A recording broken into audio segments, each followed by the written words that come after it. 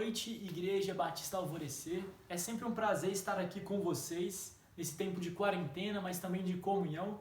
E hoje nós falaremos sobre o tema mais importante para a vida do cristão e é o tema que mais inflama o meu coração quando eu vejo na Escritura, quando eu vejo em Jesus, quando eu vejo em Deus, quando eu vejo no Espírito Santo, quando eu vejo a Igreja se manifestando e se movendo nisso, que é o Evangelho. Semana passada falamos sobre o Evangelho e a palavra Evangelho vem da palavra grega euagelion e significa o quê? Significa boa notícia, boa nova. E toda boa nova precede uma má notícia. E qual era a má notícia? A má notícia é que todos os homens estavam separados de Deus, desligados com Deus, e eles careciam de quê? De reconciliação. E Jesus vem com essa missão de religar, de reconciliar os homens e Deus. Religião significa nada mais do que religar. A intenção da religião é apaziguar a ira de Deus. Porque o ser humano entende, eu tenho que fazer algo para agradar a Deus. Em todas as religiões, nós vemos os homens tentando agradar a Deus de alguma forma. Seja oferecendo sacrifícios, seja oferecendo a primeira parte da colheita. É uma tentativa de agradar a Deus. Como eu falei na semana passada, naquele tempo, na Grécia, o deus do mar era o deus Netuno. Então, se você faria uma viagem, você oferecia uma oferenda para esse deus para que você fizesse uma viagem marítima tranquila. Ele ia acalmar o mar, mas para isso você deveria agradá-lo. E nós vemos que no cristianismo é muito diferente disso. Não é o homem que vai até Deus, mas Deus que vem até o homem. Não é o homem que reconcilia-se com Deus pela sua própria ação, mas é Deus que envia o seu Filho para reconciliar os homens com Ele. Como o texto de Jonas fala, somente a Deus pertence a salvação. Então, criatura não salva criatura, somente Criador salva criatura. E nós vemos isso, o Deus Criador, Jesus, Ele nos salva através do seu sangue, Ele ressuscita ao terceiro dia. E nós falaremos um pouco mais de forma profunda sobre o Evangelho. Como Calvino dizia, eu já citei isso aqui, Calvino dizia que Efésios é o Evangelho da forma mais sublime e dizia que Romanos é o Evangelho da forma mais pura. Então, nas páginas de Romano foi onde Lutero encontrou o caminho, porque ele vivia em crise, achando que Deus era um homem irado que ficava do céu esperando o homem pecar para falar: ahá, pecou, peguei, não tem para onde ir, agora você é refém da minha ira. E quando Lutero olha para Romanos e ele vê Romanos 3, ele fica impressionado, porque o texto fala que a salvação não vem das obras da lei, mas vem pela justiça de Cristo, vem pela graça. E ele começa a escrever sobre isso e a desenvolver sobre esse tema, que é um tema que você precisa saber, que é sobre o Evangelho. Então, se alguém te perguntar o que é o Evangelho é a boa notícia, que Deus enviou seu Filho, como o texto fala lá em João 3,16. Porque Deus amou o mundo de tal maneira, então o que motivou a ação de Deus? O amor. Ele amou o mundo de uma maneira tão especial que ele enviou seu único Filho, é o Filho unigênito, para que todo aquele que nele crê não pereça, não morra, mas tenha a vida eterna. É um convite à fé. Então o Evangelho é a notícia que Deus morreu por mim e por você. Ele morreu pelos nossos pecados para nos dar a salvação e a reconciliação pelo sangue de Jesus. O capítulo 5 de Romanos, eu te convido a abrir sua Bíblia, vai falar assim: tendo sido, pois, justificados pela fé, temos paz com Deus, por nosso Senhor Jesus Cristo, por meio de quem obtivemos acesso. Então, olha, você está obtendo acesso a Deus pela fé, a esta graça. Graça é favor imerecido. Eu não merecia, você não merecia, e recebemos pelas ações de Cristo. Acesso pela fé a esta graça, na qual agora estamos firmes. Então, nós estamos firmes na aliança da graça, na aliança desse favor imerecido que Cristo outorgou para nós. E nos gloriamos na esperança da glória de Deus. Tem um livro do John Piper que ele vai falar sobre a paixão pela glória de Deus. Que o cristão é alguém que vive para glorificar a Deus. Então ele vive para a glória de Deus. Olha o que Paulo fala, na esperança da glória de Deus. É alguém que tem expectativa para que Deus seja glorificado. Então, quando eu acordo, a minha expectativa é que durante o meu dia, Cristo vai ser glorificado. A minha expectativa é que eu congregue numa igreja na qual Cristo seja entronizado, centralizado e Ele seja adorado. Dessa forma, Deus é glorificado. O convite é sempre um convite à adoração. Nós somos feitos para adorar a Deus. E o Evangelho trouxe para nós essa consciência. Não só isso, mas também nos gloriamos nas tribulações. Olha o que Paulo fala. Ele fala que eu estou me gloriando antes no Evangelho, na esperança da glória. E agora ele vai dizer que eu também vou me gloriar nas tribulações. Porque sabemos que a tribulação produz perseverança. Olha o que Paulo fala. Então a tribulação, coloca um sinal de igual aqui. A tribulação está produzindo a esperança, produz perseverança, e a perseverança um caráter aprovado, e o caráter aprovado esperança.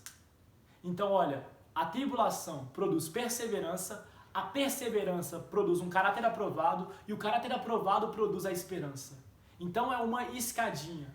Qual é o momento que você se encontra? Com certeza eu e você passamos por tribulações, mas Paulo diz, se glorie nelas. E saiba discernir a tribulação. Porque você pode entrar em desespero ou você pode perceber que é o momento para o Evangelho se manifestar de forma prática na sua vida. Porque você nunca vai precisar confiar em Deus até que Ele seja tudo que você tem. Então, quando nós olhamos para a nossa vida e nos vemos encurralados e Deus é tudo que a gente tem, não tem para onde correr.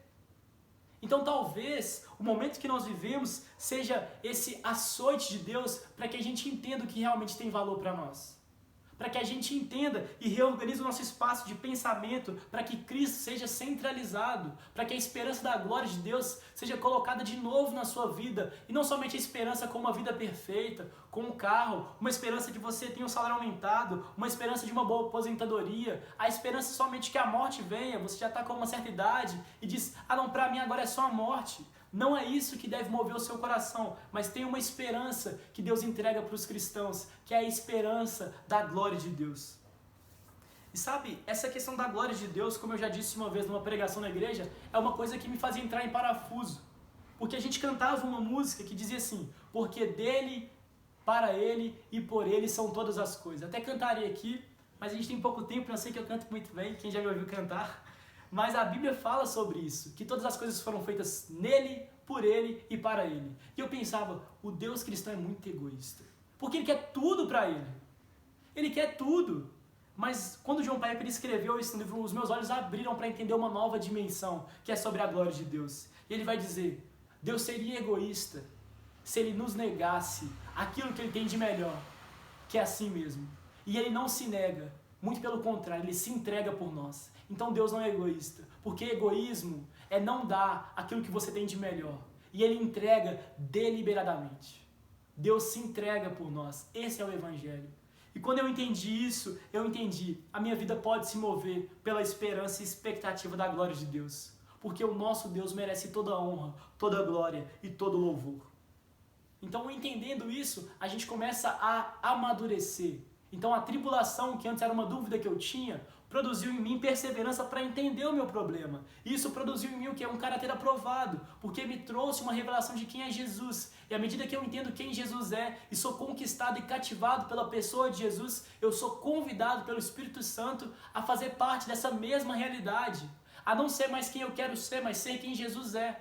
A Bíblia fala que a expectativa de Paulo é que todos os homens alcancem a estatura do varão perfeito, que é Cristo Jesus. E você está caminhando nesse processo de aperfeiçoamento, nesse processo de perseverança, para que o seu caráter seja aprovado. E eu digo que nós, como seres humanos, não temos caráteres aprovados.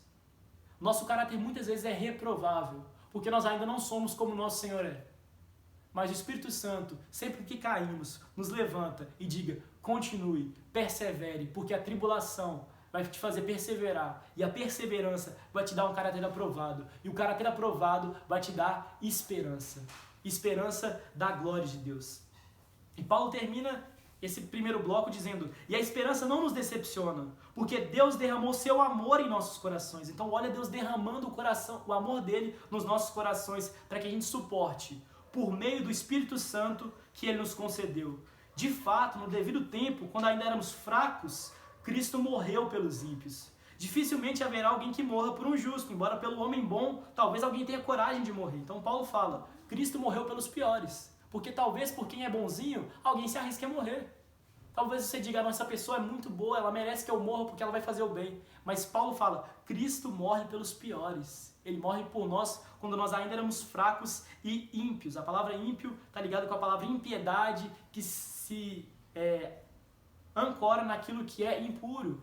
E Deus é pureza. Nós somos impureza. Então Deus está morrendo pelos impuros. Mas Deus demonstra seu amor por nós. Cristo morreu em nosso favor quando ainda éramos pecadores. Como agora fomos justificados por seu sangue, justificado é declarado justo.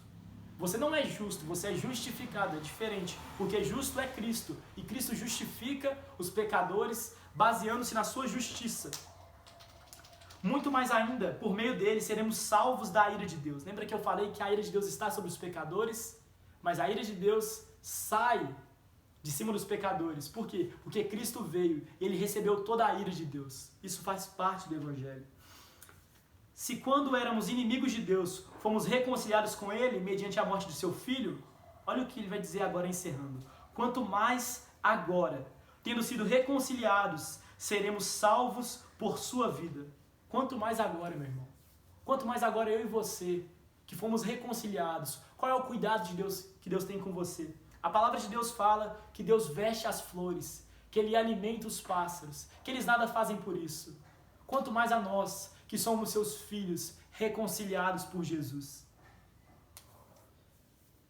Não apenas isso, mas também nos gloriamos em Deus, por meio de nosso Senhor Jesus Cristo, mediante quem recebemos agora a reconciliação. Então nós nos gloriamos na esperança da glória de Deus, nos gloriamos nas tribulações, porque ela produz, e nos gloriamos em Deus por meio de Cristo. Então o momento que você acorda é o momento de lembrar, Deus criou o dia, eu me regozijo na criação de Deus. O momento que você vai na igreja, você se lembra, Cristo é o meu Senhor, por isso eu venho à sua igreja cultuar com os meus irmãos. O momento que você participa da ceia, você está reconhecendo que Jesus morreu pelos seus pecados, Ele derramou seu sangue e Ele foi traspassado. E isso nos traz um memorial que Ele é o nosso Senhor e que nos trouxe a salvação. Então é sempre uma vida pela glória de Deus. E repara que viver pela glória de Deus é viver satisfeito, porque nós vivemos segundo aquilo que fomos chamados para viver. Então o meu convite para você hoje é que você viva isso, para que você desfrute dessas bênçãos que Cristo tem para você através do Evangelho. A palavra de Deus fala, todas as bênçãos celestiais estão em Cristo Jesus. Então você quer ser abençoado? Conheça Jesus. Não existe nenhum meio de bênção, nenhum meio de favor e graça, nenhum meio de salvação que não seja Jesus. Jesus é suficiente. Essa é a mensagem que eu quero deixar para você. Isso é um aprofundamento no Evangelho, entendendo que nós temos paz com Deus. Sabe, quando eu deito na cama, eu deito no meu travesseiro e eu oro, eu penso nisso. Eu tenho paz com Deus. Deus não está irado comigo.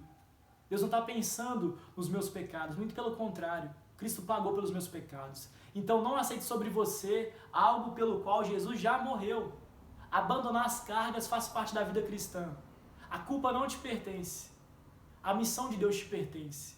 A reconciliação te pertence. O sangue de Cristo te pertence. E a vida íntima e comprometida com o Evangelho e com Jesus Cristo te pertence. Porque como Paulo fala, não apenas isso, mas também nos gloriamos em Deus. Como nos gloriamos em Deus? Por meio de nosso Senhor Jesus Cristo. Então, viva Jesus, respire Jesus e tenha intimidade com o seu Senhor. Dessa forma, você vai poder entender melhor os seus problemas, a sua vida, a sua família, a sua casa e todas as perspectivas da vida, porque o Evangelho fala sobre tudo, tem tudo a ver com Jesus. Então feche seus olhos e vamos orar por isso. Pai, nós somos gratos porque o Evangelho mudou a nossa forma de enxergar o mundo, Pai. Somos gratos porque a Tua graça nos alcançou mediante a fé, Pai. E nós hoje podemos ser chamados de participantes da família de Deus. Agradecemos, Pai, porque o Espírito Santo nos convenceu do pecado, da justiça e do juízo. E retirou de nós, Pai, a ira de Deus. E trouxe para nós o favor de Deus, Pai, o amor de Deus, a graça de Deus. Que possamos pregar essa mensagem, Pai, para que mais pessoas sejam alcançadas pelo amor, pela graça e pela misericórdia do Senhor.